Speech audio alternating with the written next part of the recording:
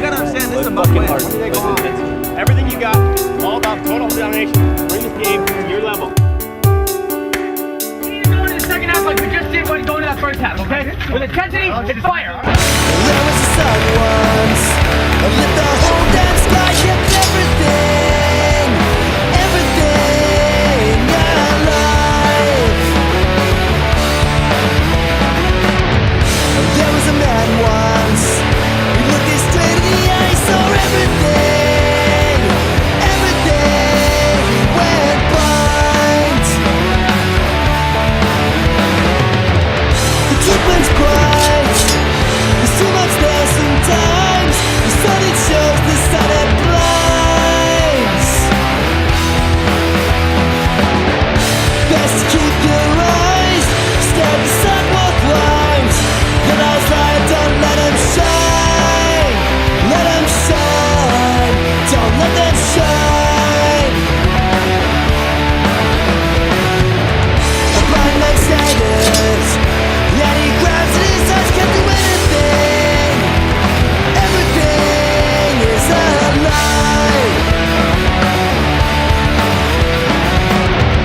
Now he sits around, and he stares, the words can't do anything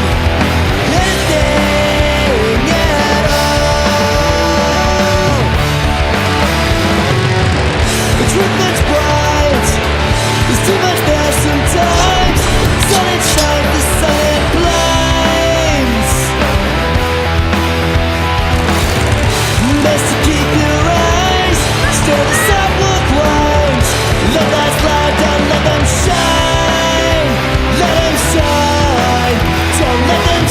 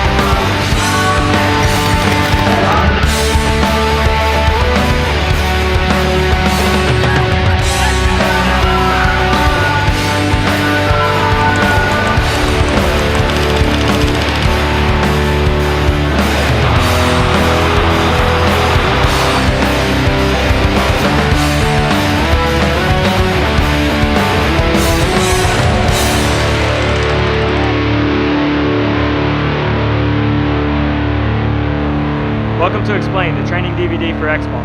We're going to take you from start to finish of how to bring your X-Ball team to the professional level. X-Ball is a fast-growing format of tournament paintball. Unlike other tournament formats, X-Ball has penalty boxes, coaching, and even the spectators are allowed to yell out and participate. X-Ball has created a whole new way to play the sport and cuts down the luck factor as long as you pre-plan, stay organized, and are conditioned. For newer teams, it can be frustrating and expensive to figure out what it takes to have a successful team.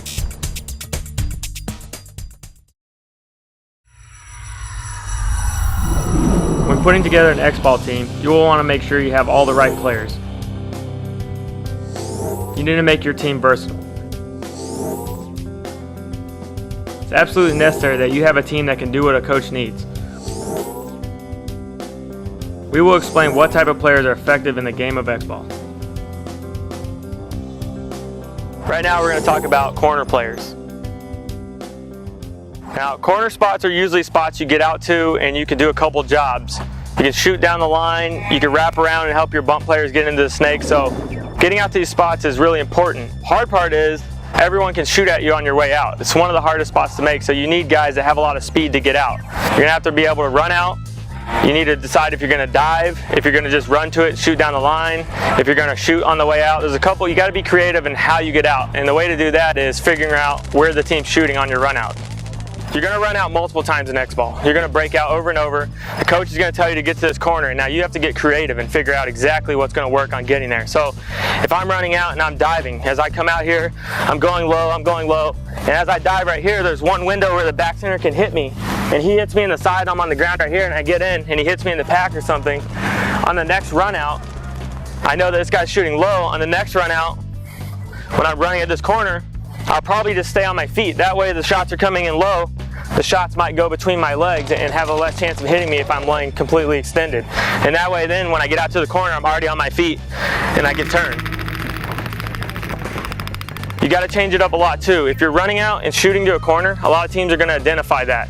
It does help you to run out and shoot if you can, but if there's no real gaps, you should just sprint out and get out there as fast as you can. If you're running and shooting, teams are obviously going to shoot higher because all your hard parts are up high, so everyone's going to aim high. So if you're running out and shooting and you start taking it here, that's when you want to start adding in a dive instead of staying up high. So then you'll start diving and you'll make it out. You want to mix the variety so teams that are scouting you don't know what you're going to do exactly. Now on the run out, instead of just staring at where you're going to the corner, you want to look back to identify how far the other team's going so that when you get out to this line, you actually know if you have a mirror or not. So if I run out to this line and the guy doesn't run out here with me, once I get out here, I'm coming to this bunker and I'm not going to shoot at my mirror right away.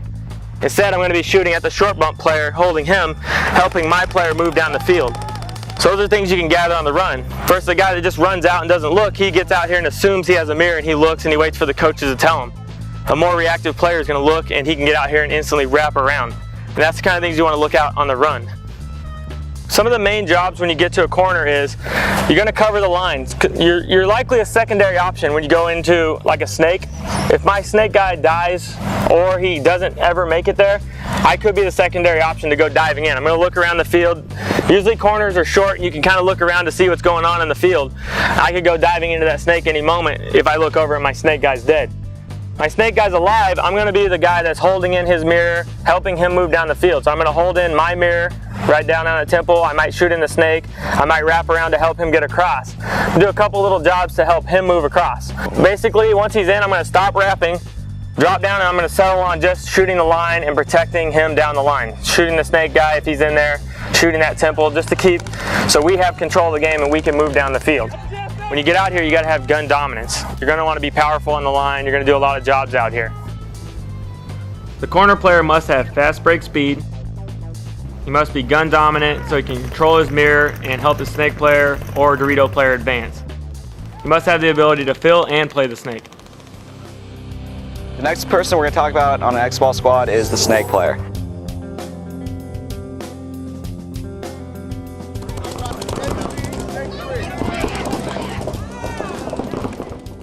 So as a snake player off the break, you basically have two options when the game starts. You start running out, your head's up, you're either running and shooting or you're looking down the field the whole time at the paint streams. If there's a lot of paint coming through and you can see where the paint streams when the back center is shooting, you can either stop at the bunker right in front of it, take your time and then make an easy bump. Or if you're going to go all the way, commit to that. Pick your spot where you already know that you're going to be diving for in the beginning of the game and make sure you get down low and dive in there. That's your whole job with the break, you got to get in there, whether you get shot or not. Once you get into the snake, your first job basically is to look cross field because that's where most of your kills are going to be. So you made it off the break, crawl up as quick as far as possible up the field. You're going to set up, come here, immediately you come out, you know right where that guy is at the back corner. Have an easy kill because most of the time that guy's going to be looking downfield. You can either wrap more inside, shoot another guy, and then keep on wrapping.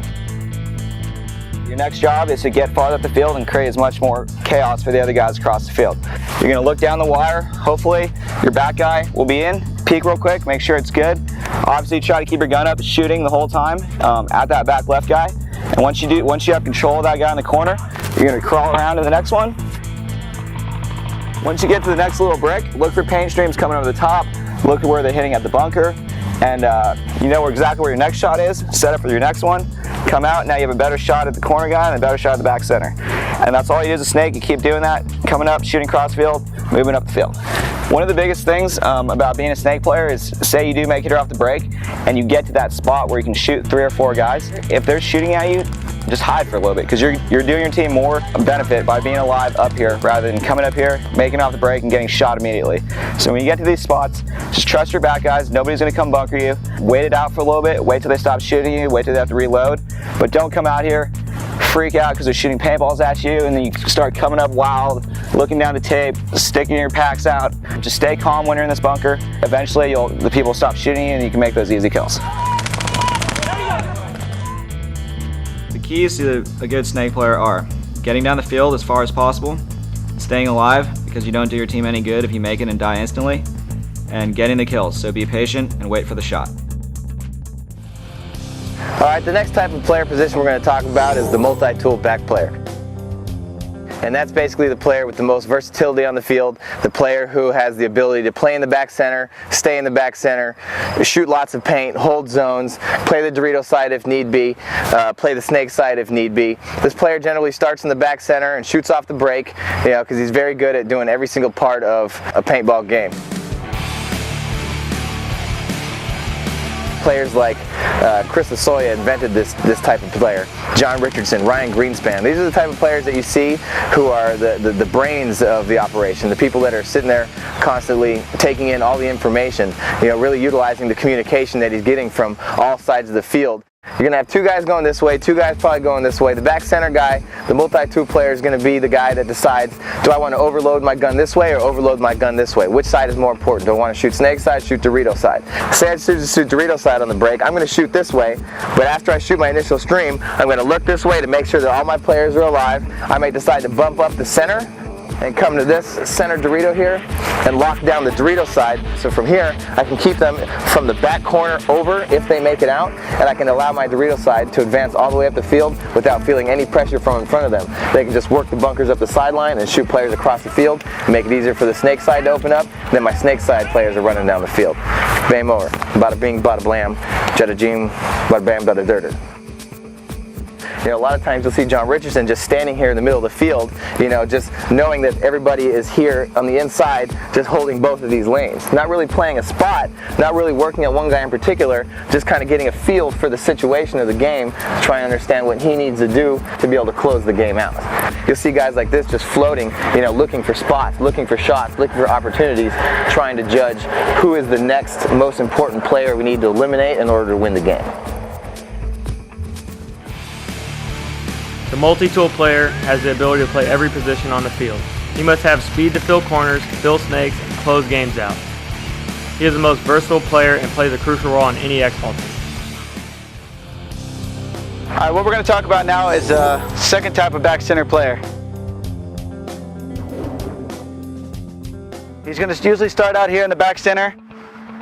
He'll pick one side that he knows he can hit a guy on the break and commit to that shot. Make sure he gets that key elimination. That's really his biggest job, is to get that key elimination on the break. You're going to shoot about 6 or 7 pods, shoot a lot of paint, do a lot of communicating, and you're going to be alive the whole game. You don't have to be a track star to play this game. If you can shoot the track star, then you're a better paintball player. It's still a game of shooting people. It's not always a physical game. You're going to be watching one way mostly, trying to slow that side down. You're going to be alive for those 2-on-2s, those 3-on-3s, all the clutch paintball that wins tournaments. You got to do a lot of communicating in the back center, talk to the guys on your side.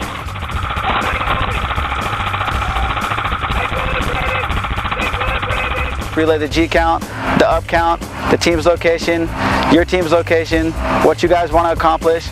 You're pretty much the quarterback of the team from here because you can see the most on the field. Common mistakes the back player can make is giving up the lane too easy. You really have to stay on your trigger. If the guys try to put you in, you can't give that lane up. If they get you in, they're coming right down at you. Players like Rich Telford, Travis Lemansky, they're really good at just staying in these spots, staying really small, not getting eliminated, and slowing down the other team. If you let the other team put you in, if you're loading too long, if you're looking the other way, if you're looking back and forth, if you're looking left, looking right, then the other team's going to see that and make moves against you. You're going to lose track of them, and then they're going to pick you up and eliminate you. So you really just have to stick to your job, stick to shooting those guys, keeping them in their first spot, trying to keep them from making that next move, getting to the 50 or getting to your side of the field, and at the same time protecting your own players. Every once in a while you might have to take a peek and eliminate a guy the other way, but immediately come back to your other job and make sure you're doing what the team needs to be done. The anchor player holds down the lanes to prevent the other team from advancing. He is reliable and can live in his bunker without getting shot. Shoots a lot of paint and sticks to his job. Okay, what we're trying to touch on now is the specialty player of the team. This player goes to the X, he goes to the pins, he goes to all those weird spots that aren't in normal game plans. They aren't usually in base plays, but are still effective. you know, you're running low on points or you're way up on points, teams are doing things that you just can't get the hang on. Sometimes you go to the X and it really throws a wrench in their game plan. The X can be pretty effective because, you know, you can get up here on the break of the game and shut down a complete side. If they got 3 guys in the back center, guaranteed you're going to shoot one of those guys trying to fill out on that delay. Probably not going to live here very long. Maybe someone will come right up and bunker you, but those are all eliminations. That's all chaos you're creating. You're shaving time off the game. You're making the points shorter. People walking out faster, it's going to get it to 2-on-2, 3-on-3, or maybe even in your favor, 4-on-2 or whatever, to close the points out faster, get more points when you're running out of time. The pins can be really effective. You really need to walk the field and check the pins out. There's a lot of blind spots, a lot of little weird spots, but you got to stay cool when you're in there. You can't go in there and freak out. If pins coming close to you or bouncing in between there, you can't, you know, flinch or move out of the way. You really have to stay committed, stay focused. You just need to know which one of these, there's 3 of them on your side, there's 3 of them on their side. You have to know which ones are good, which spots are effective. You know, right here, you're kind of out in the open, but just, you know, a few steps forward. Now the snake can't see you, that whole side can't see you. You can sit here and completely commit to just shooting this side and making eliminations over there. You don't have to worry about that side at all because the X and other pins block it out. Be relentless at this job. It's not a job everyone can do, but you need to identify on your team who can play the X, who can play the center. You have to be brave when you're in there. You have to go and look for those kills. If you go in there and there's a guy right on the other side, don't hesitate just to take him off the field. You know, there's a worst case scenario, he could get you and still be in there, and that's really going to hurt the team. It's just better to take that trade. Going to the X, you know, you don't exactly want to give it away. When you line up in the box, you don't want to line up dead center, real obvious like this, like you're going to go to the X. You know, just line up like you're going to shoot, or line up like maybe you're going to go right or go left. If you line up like you're going to walk up the middle, then the coach is going to identify it and call you out. You want to know how far they make it on this side and shoot on the way there, so you could probably make it elimination. When I first get to the X, I'm going to see if they dive in the snake.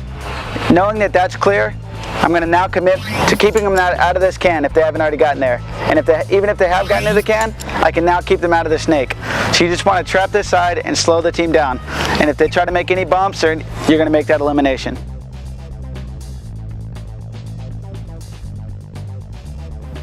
The specialty player is job-oriented and can focus on his assigned task. He's effective and comfortable playing the X and the pins.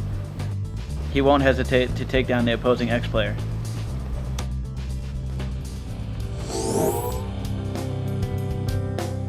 A lot of people don't realize that from getting from point A to B sometimes late in the game is really tough. A short bump player's got to have patience enough and be quick enough to make that bump. It's all about timing. Usually a short bump player is going to be a player that shoots off the break. So what I would do is I'd have to turn, shoot my lane, hopefully get a G, walk myself out as safe as possible and protect myself from the back center and the corner guy and make just a quick little bump from A to B. I obviously don't want to make a too big of a move and try and get myself eliminated. I need to make a very safe and methodical move. If we're down a body or if we're up a body, I need to push that side. Pick one lane to shoot off the break, protect yourself from back players, make a quick short move up the field safely. As a player, you want to get in as much game time as possible. To do that, you're going to have to play a lot of positions. You're going to want to go try the Dorito side, play as many times as you can. Go play the snake side, play that as many times as you can.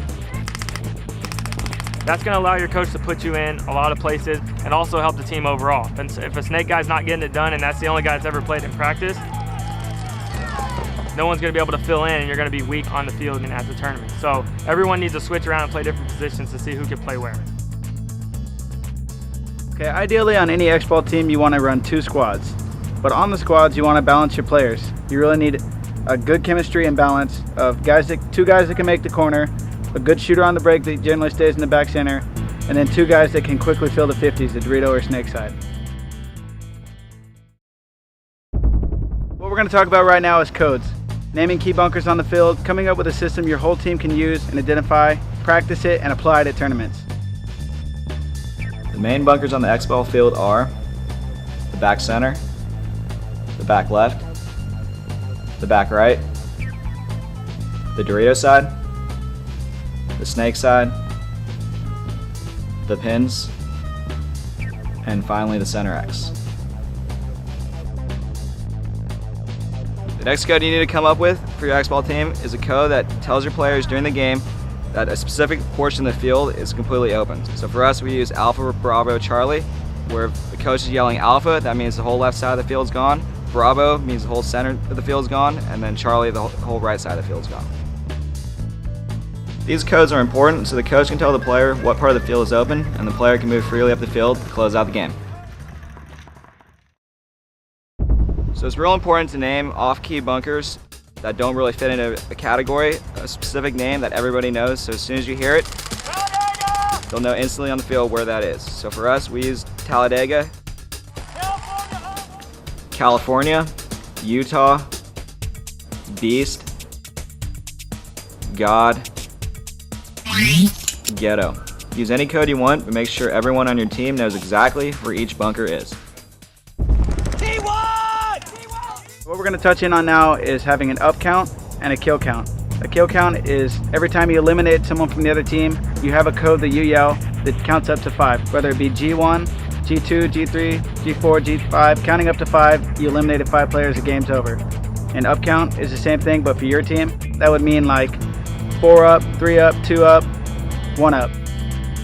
4 up being there's 4 of you still left on the field. This is critical information when deciding what to do next. If the kill count is off, the team can easily make a big mistake, costing them the point. Okay, another code you guys need to come up with, whatever the name may be, is a code that lets you stall the clock, slow the game down, and control the game. If you're up 5 on 1, 5 on 2, you want to slow the game down, you want to burn the clock, you want to say a code, yell it out across the field, have the coach yell it, repeat it, and everyone will stay in their spots and let the clock burn down, make the other team blow the horn.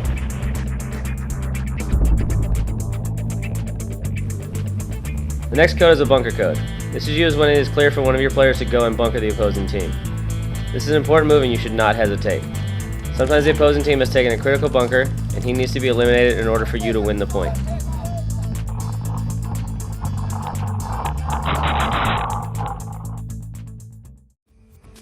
Right now we're going to talk about practice. That's something, really important for a young team. It can make or break you.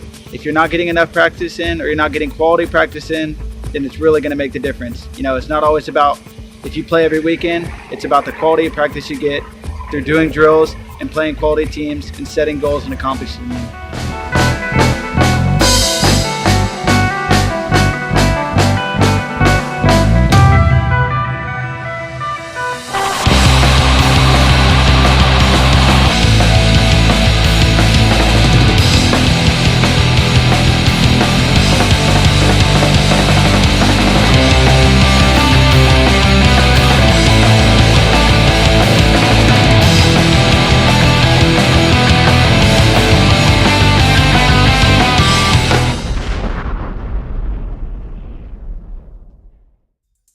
You don't want to go out and play against a team that is basically below you in skill level, that you go out there and have, no competition, go out there every game and just smash them off the field. That's about the worst thing you can do for your team. That does you absolutely no good. You go out there, you get overconfident, you do things that won't work against better teams. If you play higher quality teams, they're going to expose what your weakness is, and you're going to be able to take the drills that we show you, apply them to what you're doing wrong, and improve your team. When you're building a young team, it's more important to have dedication than it is talent. If a guy can't make it, or he's got other issues or other plans, other life goals that aren't to the best of the team, then it's going to hurt the team overall. A lot of teams pick up players that have bad attitudes in practice. It's more important to focus on not winning or losing, but learning from the field. A bad attitude player is going to yell and scream about winning or losing, and it's going to bring down the team morale, and it's going to hurt the practice and not make it fun for the other players. It's going to be important for your team to set a schedule for practice. If you're all going to agree to show up at 8, show up at 8.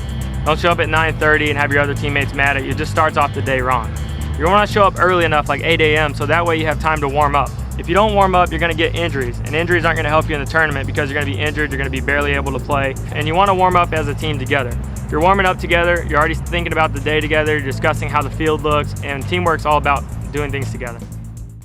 Being prepared as an individual helps the team out tremendously during a practice. You got to have your own batteries, your water, your food, your paint, your paper towels, anything that you might need. Make sure your gun's working, your air system, your hopper, a backup if possible. anything that might hinder the day from going bad, you need to be prepared yourself individually.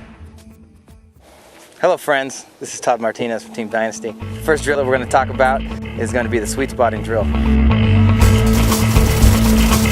In this drill we work on shooting lanes off the break and concentrating on putting our paint in a proper place or a proper zone. The best way to practice this drill is to have one person run from the back center to a corner and have a player in the back center turning and practicing his sweet spot. The one thing that the back center player needs to work on is making sure that his body's in the right position in the flag station and being comfortable turning and shooting his gun into a specific spot on the field.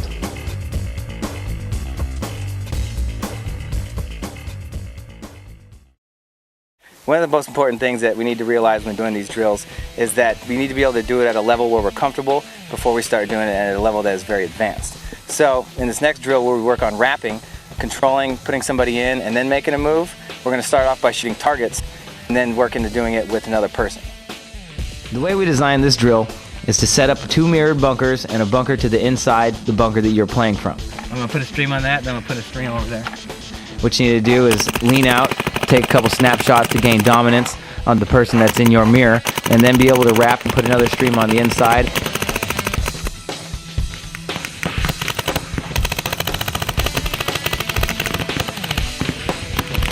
If you stay out too long, you'll come out, get your face blown off, and be curled up on the floor like Thomas Taylor normally does. The next drill we're going to cover is zone control. What this covers is how to keep players from moving on the field. Being able to control your zone is an important part of X-Ball. You want to stay posted on lane so the other team cannot advance. If he gets shot at, he just stays out. Unless he gets hit, he stays on the zone and never gives it up. Once he comes off or blinks, the guy's going to make the move. The hardest guy to move against is the guy that never goes in. For this drill, you have one person protecting the zone while another player tries to cross that lane. The person protecting that zone must stay posted the entire time. The drill is over when either the player moves or the person holding the zone is shot. When you're holding zones, you're going to shoot a lot of paint.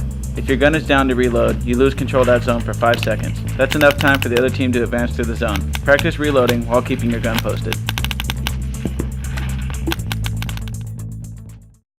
This next drill we're going to show you is a reaction drill. So you're going to have a zone where you know they're going to try and fill, and you need to shoot at a target and then try and shoot the target as it runs out. Paintball being a reaction sport, you need to work on this as much as possible. Start out posted on the lane, but make sure you can't see where the runner is starting. The runner can start at any time. Try to shoot the runner before he reaches the bunker. Yeah, that's done. Next drill we're going to talk about is going to be running and gunning. Running and gunning is one of the most important fundamentals of paintball.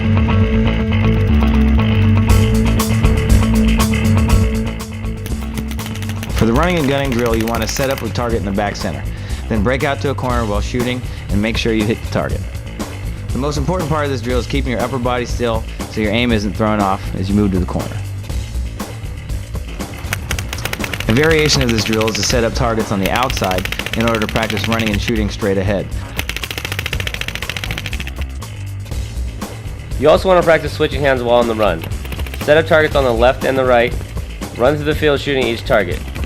You want to work on switching hands on this drill without slowing down.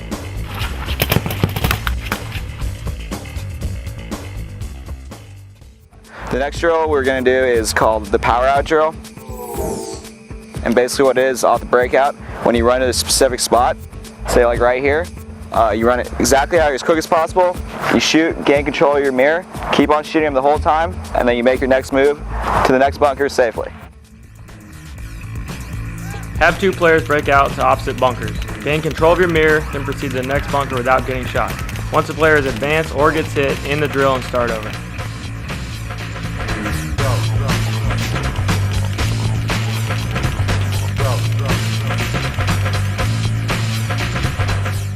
Now we're going to cover how to maintain control on the field. We've just showed you how to initially get the control on the breakout. Now we're going to show you how to move and maintain that control as you go down the field. The goal in this drill is going to be get to the 50 as fast as possible. You're going to be one-on-one with another player, and the whole time, every time you move, you're going to want to maintain controlling the zones and moving up the field, because he's going to be moving at the same time. So every time you dive in a spot, you got to get your gun up and get back on that guy and control him. Make it to the 50, the drill ends, you start over. X-ball is a sport where you do things over and over and over, and you keep coming out point after point. So in all these drills, you can spend a whole day with your team just doing these drills over and over and over and working on building your team. Or after you've had a practice, wherever you feel you've had a weakness, say your sweet spotting wasn't very good, controlling your zones wasn't very good, you can take one of those drills, grab a few players at the end of the day, pick out what drill you want to do, and just run through it at the end of the day. Usually when you play a brand new field, you're going to go out and just play it. Try and gather as much information as possible and figure out what's working. Usually you have two lines that are running, and some guys are going to do some things better than others. So after you come off a 12-game set, you're going to want to go back to the parking lot. You're going to discuss what's working for some guys, what's working for other guys, and you're going to trade information to figure out what's going to work best. So when you go out for your next set, you know what to try and what not to try, and you can attack the field with new goals. Towards the end of the day, everyone starts to run out of steam. Got guys in the team that still want to play, still have paint left, you should encourage them to do so, you know. But make it productive. Don't just go out there and shoot targets or, you know, shoot a case of paintballs into the woods. Go out on the field, play against each other, work on drills, work on one-on-ones, work on two-on-twos, work on snap shooting. Things that can help the team for the tournament. Something that's going to add to the success of a young team is team building off the field. So you want to, make a commitment to go eat dinner after practice. That way you guys can hang out, tell stories, talk about the day, have fun. Talk about your other life other than paintball. Get used to being with a person off the field and not only on, and that's going to make things run a lot smoother at the events.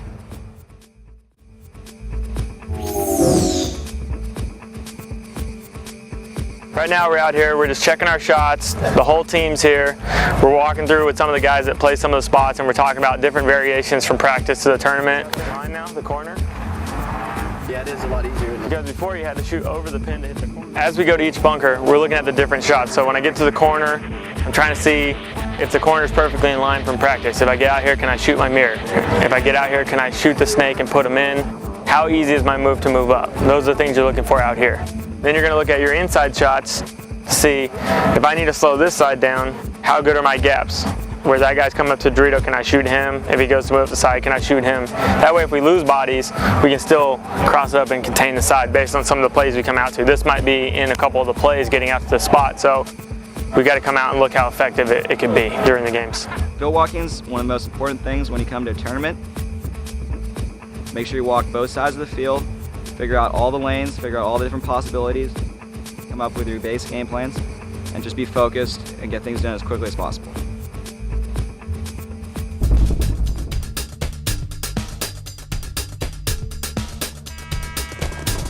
X-ball is a repetitive game. Players will do the same things over and over. When scouting a team you're going to play, you'll want to assign a few jobs and make sure you have plenty of copies of the field map. First, you want to watch their breakouts. The coach needs to document the breakouts using maps including game numbers, the score, and the game time. You should also track movement and when players are eliminated. Second, pay attention to their squads. Most teams have 2 to 3 squads. Figure out where each squad goes, when they're on the field, and track their wins and losses.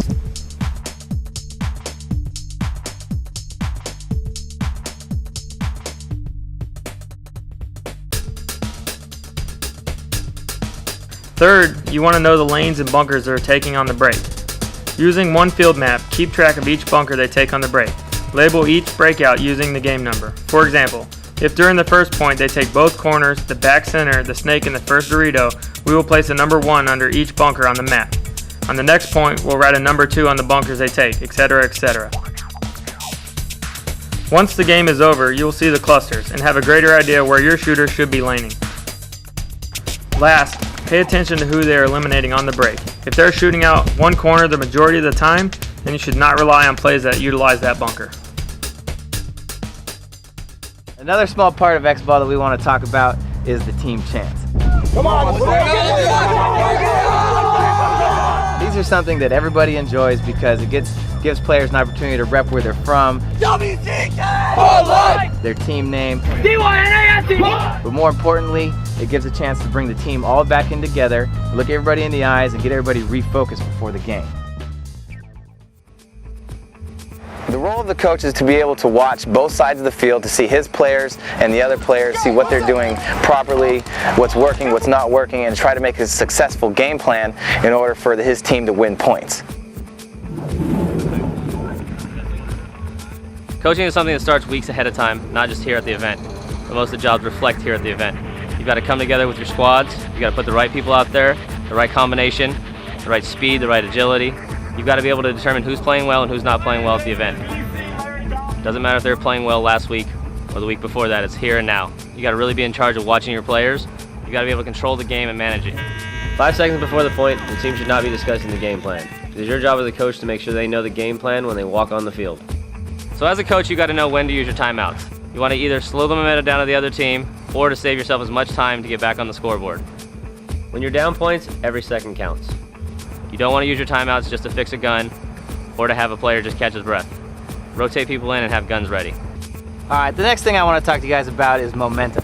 When you come out and you set the tone, you get a little bit of momentum going, players can kind of ease into their role, you know, just be comfortable with doing their jobs and instead of trying to force moves and make things happen and get shot out. If your team can come out and get a few early points, then the team plays more relaxed, more confident. The flip side of that is if you get down points right away, the players start to lose a little confidence, maybe try and do things that they wouldn't normally do, try and rush plays, try and force things and make mistakes. Okay, you don't want to just start doing wild, crazy cowboy plays like Alex Frazier likes to come down on people for. And people just start running off and doing their own thing. He starts yelling, stop doing the cowboy stuff. We're nice and smart. Let's keep control of the game. All right, these guys are making dumb mistakes. Know that if you do your job, that your teammates are going to do their jobs too. And then once everybody gets a good attitude and has good, positive feeling for the game, guys will kind of just ease into what they're doing and just keep going out and continue to do the things that have brought them success to begin with. If you're the team that's losing momentum, you need to figure out what it is that you have to do immediately in order to break that team's momentum. Say that we're here on the snake side and we just can't seem to win the snake side. Every single game, the other team is blowing our snake side, shooting all the guys on the Dorito side in the back. The first thing before you can start to make positive moves is you need to shut them down where they're having success. Okay, so like I said, if they're breaking down the snake side, overload the guns over here, send somebody to the X and just cut this zone down. Give somebody a specific job to try and limit, where they're making their big moves. Okay, and then try and set something up to counter that, maybe on the other side, as your own offensive power play. What we're going to talk about right now is bullying the corner. If you're hitting a shot consistently, stay on it until the other team stops going there. If you can get them to stop going to a certain corner, then it's going to change their game plans and change their entire strategy. So as a coach, you need to worry about the buzzer and saving time. If you're playing a 2-on-5 and you're down a couple points, you need as much time as possible to make a comeback. Don't let the points drag out. You want to concede the point as fast as possible and get back out there with your 5 strong. Designs and calls game plans for the match. You must be able to manage the clock effectively. Keep the team focused and under control. Identifies the opposing team's strategy and adjust accordingly. A very big thing that most people don't take in consideration during X-Ball is your pit crew and what goes on in the pit. Generally, once the X-Ball game starts, it's just chaos. So a pit crew will actually make or break your team. You'll have probably 3 or 4 people on your pit crew. One person has to go out there and pick up pods in between each point. Another person can help getting air and filling up paint for the players' hoppers. You have one person that will wipe off all the players coming into the pit to make sure all the old hits are off them. And you'll have another person that's helping out coaching, either by holding the G count cards or by at least telling the coach where other players are. Now we're talking about a during game situation, and that is playing for sudden death.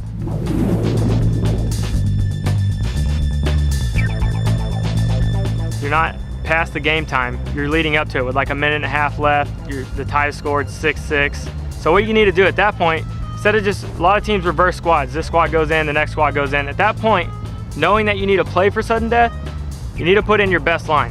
Whoever's playing the best, probably gonna play that line. If you go to sudden death, they're probably gonna play that too. So at that point, put in your best players. Now the way you really have to set this up is, you need 2 offensive players.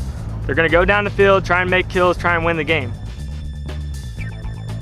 The other 3 players need a different mentality. they're going to stay back, defend, they're going to shoot on the break, stay close to the base, get a basic spread.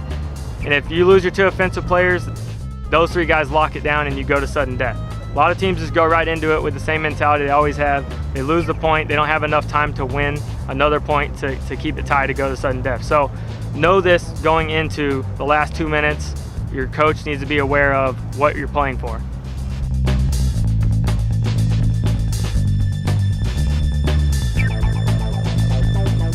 Sudden death is the very last point of the game. It's the most important point, obviously. You've worked this hard to get to this point, and now you're going to go to overtime. 1 point means it all. What you need to do is put your best players in playing at that time. Sudden death is not a time to take big risks. Go with your most successful play. Stay away from the bunkers that you have not been able to make consistently during the match. But be patient and don't hesitate to make the critical move. As an X-ball team, you're going to want to have a variety of plays so that when you come out here, you know exactly what you're going to do in different situations. So you're going to need to come up with a couple different plays that apply to a couple different things. So your base play is your standard play that you're going to come up with as a team. That is your most effective play and your most productive play. It's 3 or 4 players doing the same job over and over again with 1 wild card here and there.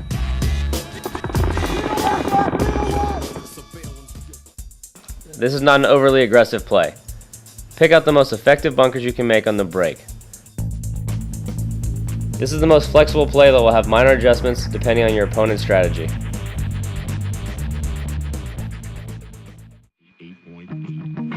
A very important play is a shorthand play. That's usually when you get a penalty of some sort of any number.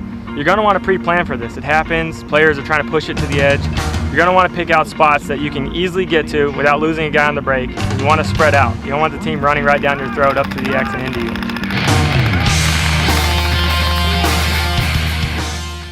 Being down 1 player, you don't want to lose anyone on the break. Only take bunkers you can make.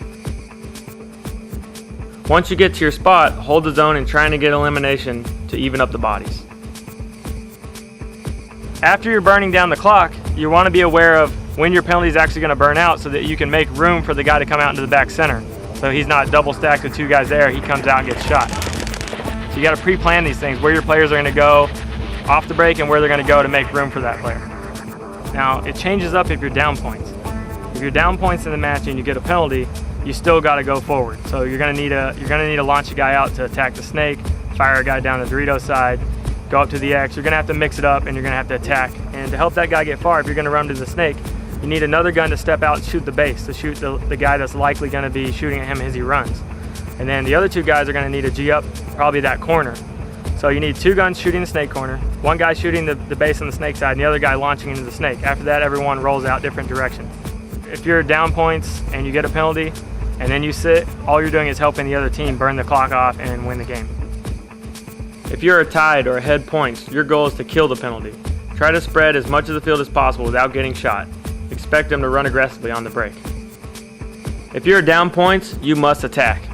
Have 3 players shooting on the break and send 1 runner to the snake or far on the Dorito side. Focus on getting the elimination on the break and get the momentum in your favor. What we're going to talk about right now is what you call power play, where you're starting with 5 and the other team is starting with 4. What you want to do is just break out like any other game, try to get another elimination on the break to make it a 5-on-3 situation. A lot of people think that you need to run around or get to the 50 as fast as you can. That's not exactly the case. You just need to break out and keep the advantage.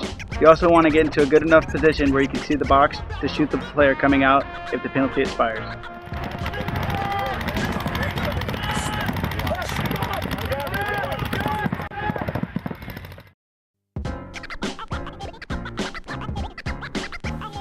Don't be too aggressive on the break. You want to keep your advantage. Keep track of the time on their penalty for an easy elimination.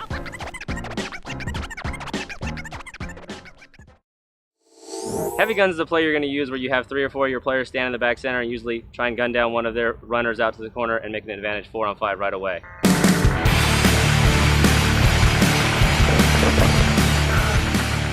So when you're scouting and using your coach's advice, usually you can find out when teams are going to do a long run play where they're going to try and take both the corners and something in the Dorito or the snake, which allows you to have a heavy gun, which it gives you the advantage of shooting 1 or 2 of them off the break.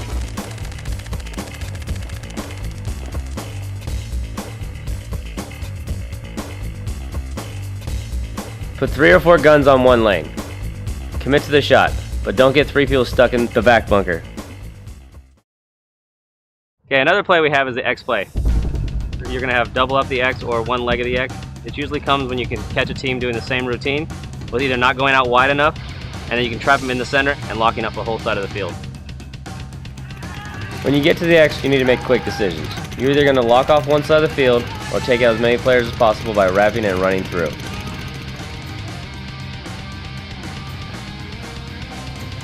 Shoot on the break and use the center X to block out their shooters. Stay calm and focus on keeping the lanes clear. One of the important plays is a clock burn. Now you're up on points and you don't have to do anything on the field but break out, stay alive, and watch zones. Now you need to set this up by picking what bunkers you can safely get to and what ones you can hold the best zones from.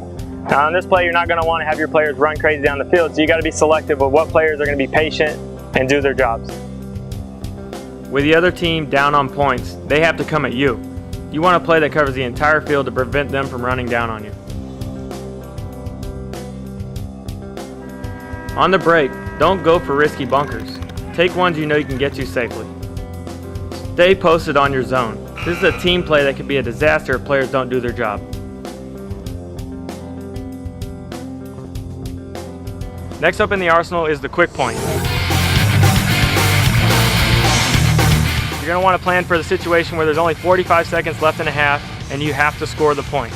You can't just run out there and just expect that it's going to happen. You need to pre-plan where you can push the bodies through the field, get them down the field, and run that flag in as fast as possible. You want to set this up so you have 4 aggressive players and 1 anchor player to hang the flag. Each player should know who they're going to shoot when they're going down the field. No one should be sitting in their bunker. You must all be trying to close out the game as fast as possible. This point of the game is generally chaotic, so stay focused. If you don't make the moves, you can't win the game. So get out there and make the moves, and don't forget about the flag.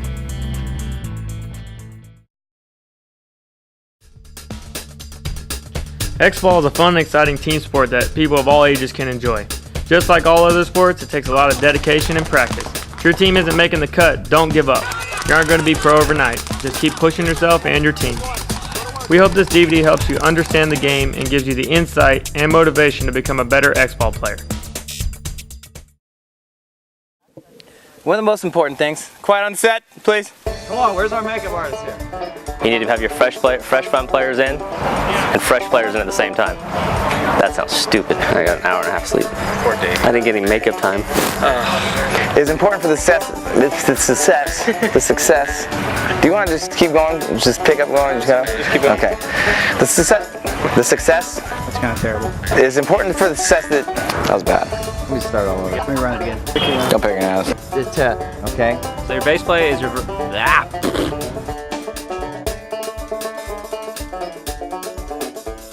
Get the best players playing at that point in time, the best out there.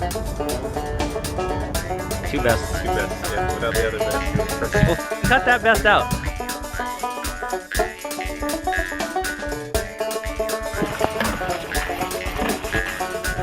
That's Schwartz.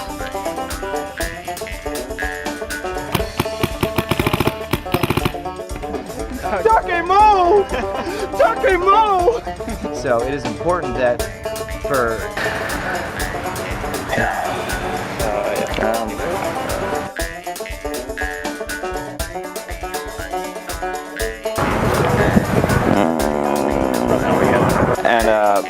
dude, and just take Again. Okay. Do that again. That was terrible. And then your team will be better in the long run. I cannot think of this thing. I totally forgot what we were talking about again. Yeah, that one sucked. A common problem with That sucked. Do that again. That sucked too. all right, one of the most important drills that we do is, You know, one of the most important drills that we did.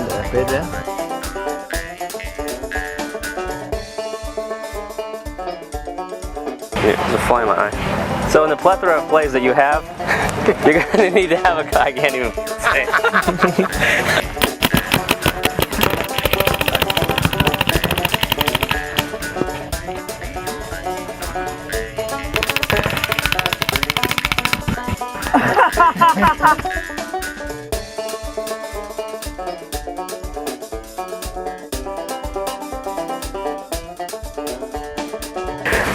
one of the most important things in tournament paintball is picking the toilet.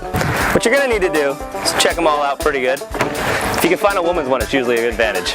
You want to make sure no open exposed toes. You want to lift with the toilet paper and see what people did last night. Then you're going to want to build a little nest and use as much toilet paper as possible. Don't worry, this stuff's free. You build a dropping zone, then you're going to want to cover the seat. Don't be shy. Then you're going to want to prep this. You got to make sure your pants don't go all the way down. So you got to have your legs spread wide. When you're in here, you might want to kick a door open and drop trowel, and then drop last night's dinner.